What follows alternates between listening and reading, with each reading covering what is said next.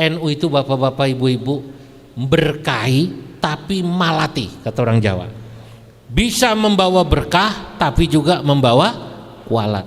Kalau mau mondokin anak di mana, maka insya Allah kalau bertanya pada ulama NU akan disarankan masuk ke pondok NU, kan begitu.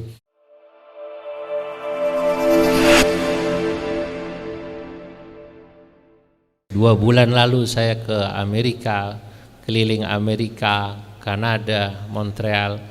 Saya jelaskan bagaimana pandangan-pandangan NU pada tokoh-tokoh agama baik yang muslim maupun non-muslim. Ada seorang imam besar di New York, saya jelaskan tentang NU yang tadi itu, tawassut, tawazun, i'tidal, tasamuh, termasuk akomodatif terhadap budaya, termasuk ajarannya yang selalu mengajarkan cinta pada agama dan cinta pada negara dalam satu tarikan nafas. Kata saya dalam kitab saya, fa in takun lil watani muhibba lidinika takun asyadda hubba. Fa in takun lidinika fa in takun lil watani muhibba, kalau Anda pada tanah air Anda mencintai, lidinika takun asyadda hubba, maka Anda pada agama juga harus cinta. Itu seorang imam di sana dengan istrinya, dia asalnya dari Afrika. Begitu saya sudah menjelaskan tentang pandangan-pandangan NU, dia langsung bilang, "Tuan, tolong dicatat, hari ini NU mendapat 2 anggota baru, saya dan istri saya." Masya Allah. Itu. Jadi memang NU ini harus mendunia, salah satunya itu keliling. Gus Yahya keliling ke Eropa, ke Arab Saudi dalam pertemuan agama-agama, ya saya keliling juga ke Amerika, ke Kanada. Saya datang ke Montreal, ya ke McGill University. Harus bangga Pak, alhamdulillah. Biasanya orang yang ke McGill itu yang kuliah, ya. Saya ke McGill juga, alhamdulillah, bawa kitab saya alhamdulillah sudah masuk perpustakaan McGill. Alhamdulillah. Saya bangga jadi santri karena saya ini produk pesantren asli, sama seperti bapak-bapak yang alumni di sini termasuk Kang Uyan. Saya asli santrinya Ki Sahal, tidak kuliah baik di dalam maupun luar negeri. Umur 18 saya pulang, ya sudah mengamalkan ilmu seperti Kiai tadi, terus baca kitab dari yang paling kecil, Safinah, Kasyifah, Fathul Qarib, naik Tahrir, naik lagi Fathul Wahab, terus naik lagi, naik. Insya Allah lama-lama kita bisa menulis, insya Allah lama-lama kita bisa.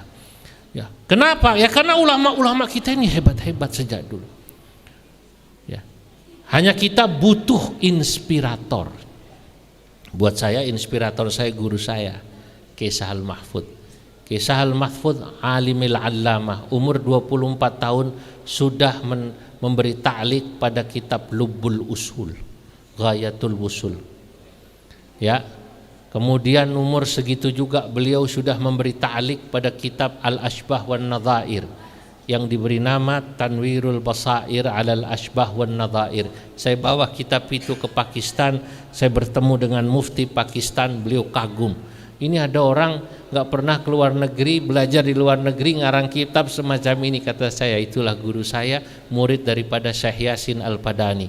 Rupanya mufti Pakistan bilang, Masya Allah, Syekh Yasin Al-Fadani hadha syaikhi hinama ataraddad ila Makkah fi am kadha ila am kadha. Itu guru saya ketika saya ke Mekah dari tahun sekian sampai tahun sekian. Masya Allah.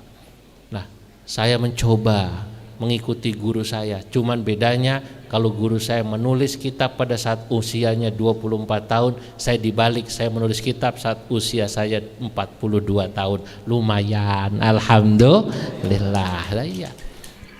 Lah, mungkin saya ingin juga mengajak pada santri-santri Cipasung.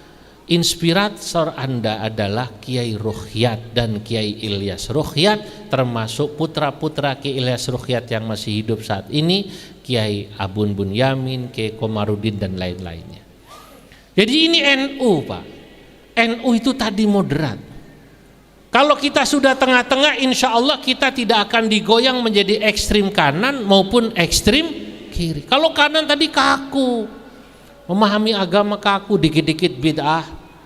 Nah contohnya ya, orang yang kaku itu dalam memahami biasanya tidak mau menggunakan akal. Padahal Allah menciptakan akal agar kita memahami nas Quran maupun hadis. Cuman ada batasannya. Itulah kenapa ada dalam kitab saya sebut Daurul Aqli fi Fahmin Nusus wal Maqasid. Sejauh mana akal kita pakai untuk memahami nas Quran dan maqasidus syariah. Sebab jangan kebablasan. Kalau kebablasan nanti jadinya liberal. Kalau tidak dipakai sama sekali akal kita, jadinya tekstual kaku. Contoh orang kaku. Ada hadis bunyinya begini. La yabulanna ahadukum fil ma'id daim. Jangan pernah Anda kencing di air yang tidak mengalir. Kalau orang yang memahaminya tekstual, oh berarti yang dilarang cuman kencing, berak di situ dia. Waktu ditegur, lu kenapa berak di sini? Yang dilarang kencing. Itu sama kayak pengurus masjid bikin tulisan di masjid, dilarang kencing di sini, berak di situ. Dia bilang, kenapa kamu berak? Bapak soalnya nulisnya cuman kencing, mestinya lengkap Pak. Dilarang kencing, berak, nyuci, WC segala macam di situ katanya. Wah, susah nih ketemu orang kayak begini. Ini orang pekok namanya. Kalau orang bisa memahami, kan mestinya kenapa dilarang kencing di situ kan ada maksud. Sebuah teks tidak pernah bisa dilepaskan dari sebuah konteks. Betul betul.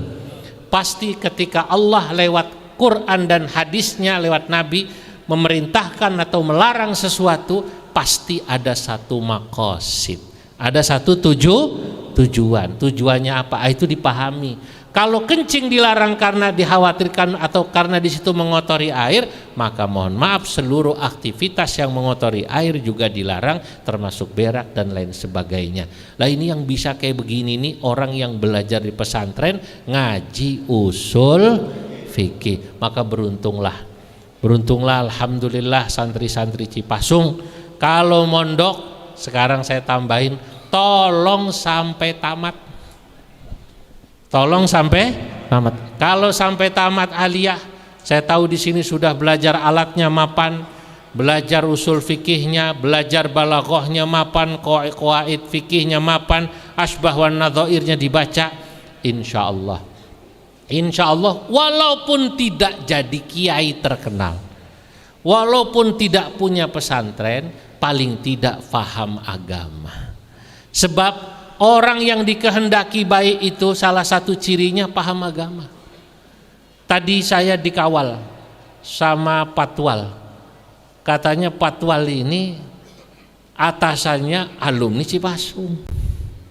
Oh, berarti santri semuanya santri tidak harus jadi kiai. Betul.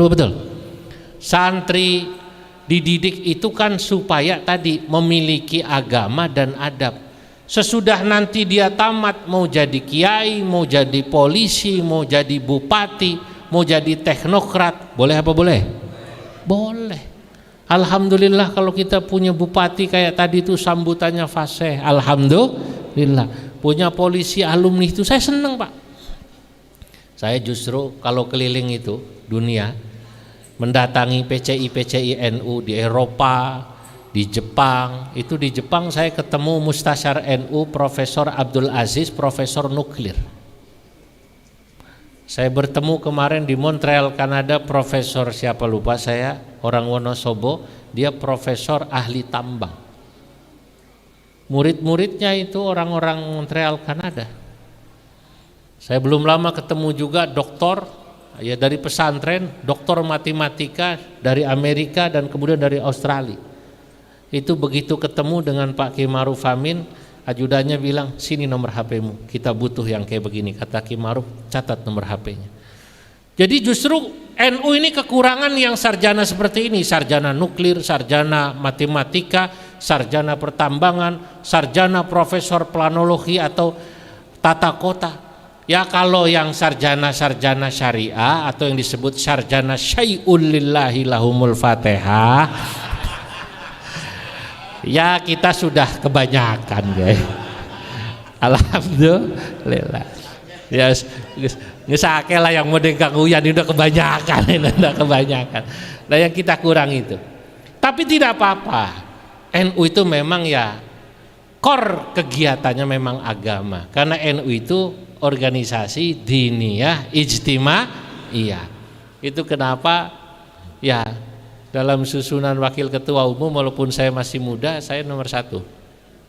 Baru yang lain wakil ketua umum yang tua-tua. Rupanya Gus Yahya ketika saya tanya kenapa kok saya kok diminta jadi wakil ketua umum, kan gini Pak, NU itu diniyah ijtimaiyah, organisasi yang ngurusi agama dan sosial. Boleh punya rumah sakit, NU boleh punya kampus macam-macam, tapi tetap kegiatan utama Nahdlatul Ulama adalah diniyah agama. Oh, itu karenanya pesantren dan lain sebagainya ada pada bagian keagamaan dan ada di bagian saya. Karena ini Pak, saya mau ceritain, saya kemarin keluar negeri itu ya dengan teman saya dari ormas lain, saya nggak mau sebut lah, ormas apa gitu nggak, saya mau sebut nggak enak. Teman saya dari ormas lain itu cerita begini, ormas kami ini ya banyak universitasnya, banyak rumah sakitnya, tapi akhirnya kiainya sedikit. Paham gak nih kira-kira? Paham gak nih kira-kira? Rumah sakit banyak, kampus banyak, kiai sedikit. Itu kenapa? Makanya yang ahli fatwa, yang ahli alim-alim rata-rata dari Nahdlatul Ulama. Kenapa Nahdlatul Ulama tidak pernah kehabisan ulama-ulama yang alim, ahli fatwa yang bisa ngarang kitab, muncul seperti Gus Baha itu yang alim-alim. Kakak kelas saya walaupun ya, bukan kakak kelas langsung ya, beliau kan di sarang, tapi saya memang sudah melihat Gus Baha itu, saya mungkin beda sekitar 7 tahun dengan beliau. Saya lihat Masya Allah ada orang kok alimnya kayak begitu. Nah, kenapa NU tidak pernah habis kader-kader semacam ini? Karena NU adalah pesantren dan pesantren adalah Nahdlatul Ulama. Ini. NU adalah pesantren dan pesantren adalah Nahdlatul Ulama. 30.000 pesantren di Indonesia, 28.000-nya di bawah Nahdlatul Ulama, salah satunya Cipasung. Yang Cipasung punya alumninya bikin pesantren. Bayangkan begitu banyak. Selama pesantren-pesantren NU masih kuat tafakuh fiddinnya, saya masih yakin insya Allah NU tidak akan pernah kehabisan stok ulamanya. Makanya daripada bapak ibu-ibu yang punya anak tadi, jangan pernah sekali lagi merasa ragu-ragu memasukkan anaknya di pesantren NU. Saya tadi baru di perjalanan diwawancarai oleh wartawan, Pak bagaimana ini setelah kasus yang ramai di Jawa Timur itu, ya banyak orang kemudian ragu-ragu naruh anaknya di pondok, terus kemudian bingung bagaimana saya taruh anak saya di pondok mana, karena pondok itu kan ada yang NU ada yang bukan. Saya bilang begini, kalau bingung tanya sama ulama setempat yang jelas-jelas nasabnya, sanadnya, keilmuannya, ke-NU-annya, tanya pada ulama di kampung Anda. Kalau mau mondokin anak di mana, maka insya Allah kalau bertanya pada ulama NU akan disarankan masuk ke pondok NU, kan begitu. Dan kalau sudah masuk di NU, insya Allah kita akan dapat keberkahan. Amin. Idza syi'ta an tahya sa'idan mubaraka binahdhatina ahbib wa rabbuka manihu famanhajuha adlun wa wastun wa rahmatun maqasiduha linnasi yusrun wa samihu fa'aimin biha tab'an wa nasran azizaha fa'aishuka mawfurun wa irquka salihu fahasbuka in ta'jab ilaiha makarima tawallat taqiyyu wal kiramu wa tafrahu. Idza syi'ta an tahya, jika Anda ingin hidup sa'idan beruntung, mubarakan dan penuh barakah, binahdatina ahbib maka cintailah Nahdlatul Ulama, wa rabbuka manihu maka insyaallah Rabbmu Tuhanmu akan banyak memberi anugerah padamu. Famanhajuha adlun, karena manhajnya Nahdlatul Ulama adlun, berisi tentang ajaran keadilan, wa wastun dan kemoderatan, wa rahmatun dan mengajarkan rahmat, maqasiduha linnasi yusrun wa samihu, dan maqasid yang diajarkan oleh NU adalah yusrun kemudahan, wa samihu dan penuh dengan toleransi.